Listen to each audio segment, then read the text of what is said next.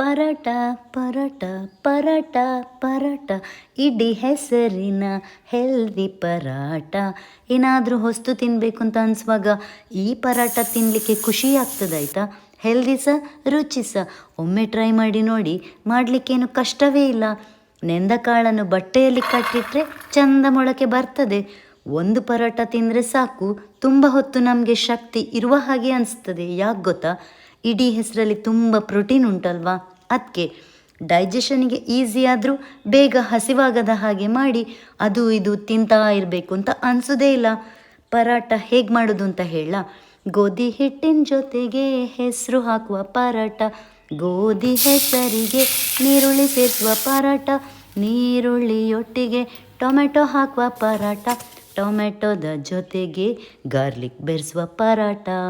Steam ಮಾಡಿದ ಮೊಳಕೆ ಕಾಳನ್ನು ಅರ್ಧೂರ್ಣ ಮಾಡಲಿಕ್ಕೆ ಅಷ್ಟೇ. ರೆಸಿಪಿ ಕ್ಯಾಪ್ಷನಲ್ಲುಂಟು. ಸೇವ್ ಆಯಿತಾ? ಕಾಮೆಂಟ್ ಮಾಡ್ತೀರಲ್ವಾ?